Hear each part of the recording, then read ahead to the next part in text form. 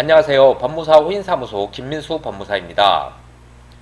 채무가 연체되거나 앞으로 연체가 될 것 같아 개인회생을 알아보던 중 본인 스스로가 채무 사용처가 올바르지 않다고 생각하는 경우 기각이 될까 고민을 합니다. 막상 본인이 개인회생을 하여야 하니 인터넷 글들을 보면 기각되는 경우도 많은 것 같고, 나도 신청을 했다가 기각이 되면 불어난 연체이자까지 이를 감당을 어떻게 하지 고민을 하게 됩니다. 애초 정상적인 법률 전문가와 10여 분만 상담을 하여 보면 개인회생 신청 대상인지 알 수 있고, 신청 대상이 맞다면 그 뒤에 개인회생이 기각되는 사유는 신청이 불성실한 경우 이 한 가지로 기각이 됩니다. 먼저 객관적인 개인회생 대상은 재산보다 채무가 110% 이상 많아야 합니다. 또한 일정한 수입이 있어야 합니다. 여기서 재산은 부동산과 임차 보증금, 그리고 자동차, 보험의 해지 환급금이 대부분입니다. 배우자의 재산도 평가하여 2분의 1을 신청인의 재산으로 포함하여야 합니다. 이렇게 재산을 계산하고 이 재산보다 채무가 110% 이상 많아야 신청이 가능합니다.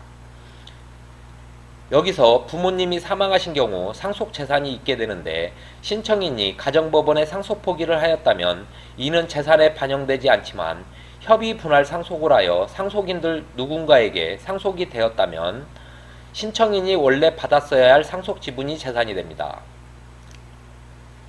처음 이를 평가하지 않다가 보정 과정에서 상속 지분이 밝혀져 재산에 포함을 시켰더니 채무보다 재산이 많아지는 경우 기각이 됩니다. 파산에서는 채무가 1억인데 상속 지분이 3천만 원이 밝혀지면 이 상속 지분 3천만 원을 법원에 납부하여야 면책이 됩니다. 또한 수입이 있어야 신청 가능하므로 급여소득, 영업소득, 임대소득 모두 신청이 가능하며 4대 보험 가입 여부는 필요하지 않고 불법적인 소득만 아니면 신청이 가능합니다. 수입의 소명은 추후 보정 과정에서 다시 하므로 출금만 하면 지금 급여를 한 번도 받지 않았더라도 상관없이 신청이 가능합니다. 이 두 가지, 재산보다 채무가 많아야 하고 일정한 소득이 있어야 한다는 것이 객관적인 기각 사유가 됩니다. 이는 애초 상담을 하면 쉽게 알 수 있는 내용입니다. 이렇게 신청 대상이 되어 신청을 해놓고 기각되는 주관적인 기각 사유, 신청이 불성실한 경우를 보겠습니다. 법원은 개인회생 신청이 들어오면 재산조사와 수입조사, 채무사용처를 밝히기 위하여 보정이라는 것을 합니다. 이 보정에 성실히 임하지 않고 지켜야 할 보정기간을 지키지 않을 때 법원은 사건을 기각시킵니다. 충분한 시간을 법원에서 졌음에도 보정이 이행되지 않는다면 불성실한 채무자가 되어 기각됩니다. 이렇게 보정서가 제출되었는데 법원이 미비한 부분이 있거나 더 알고 싶은 내용이 있다면 2차 보정 권고를 합니다. 이렇게 내용이 복잡한 사건들은 4, 5회까지 보정이 나오기도 합니다. 성실히 서류를 준비하여 제출하면 기각되지 않습니다. 또 개시 결정이 되면 채권자 집회에 출석해야 합니다.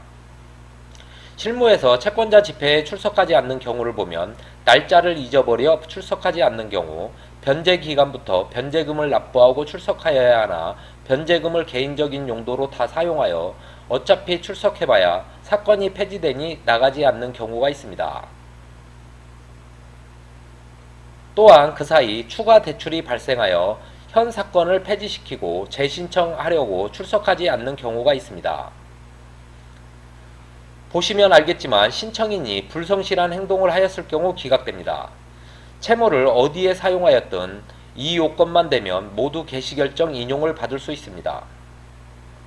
객관적으로 신청 대상이 되면 법원과 변제금의 싸움이라고 생각하면 됩니다. 신청인은 이론적으로 생계비를 보장 다 받고 개시결정 되기를 원하고, 법원은 변제금을 높이려고 하는 변제금의 싸움이지 개인회생 돼요 안 돼요 싸움이 아닙니다. 지금까지 법무사 호인사무소 김민수 법무사였습니다. 감사합니다.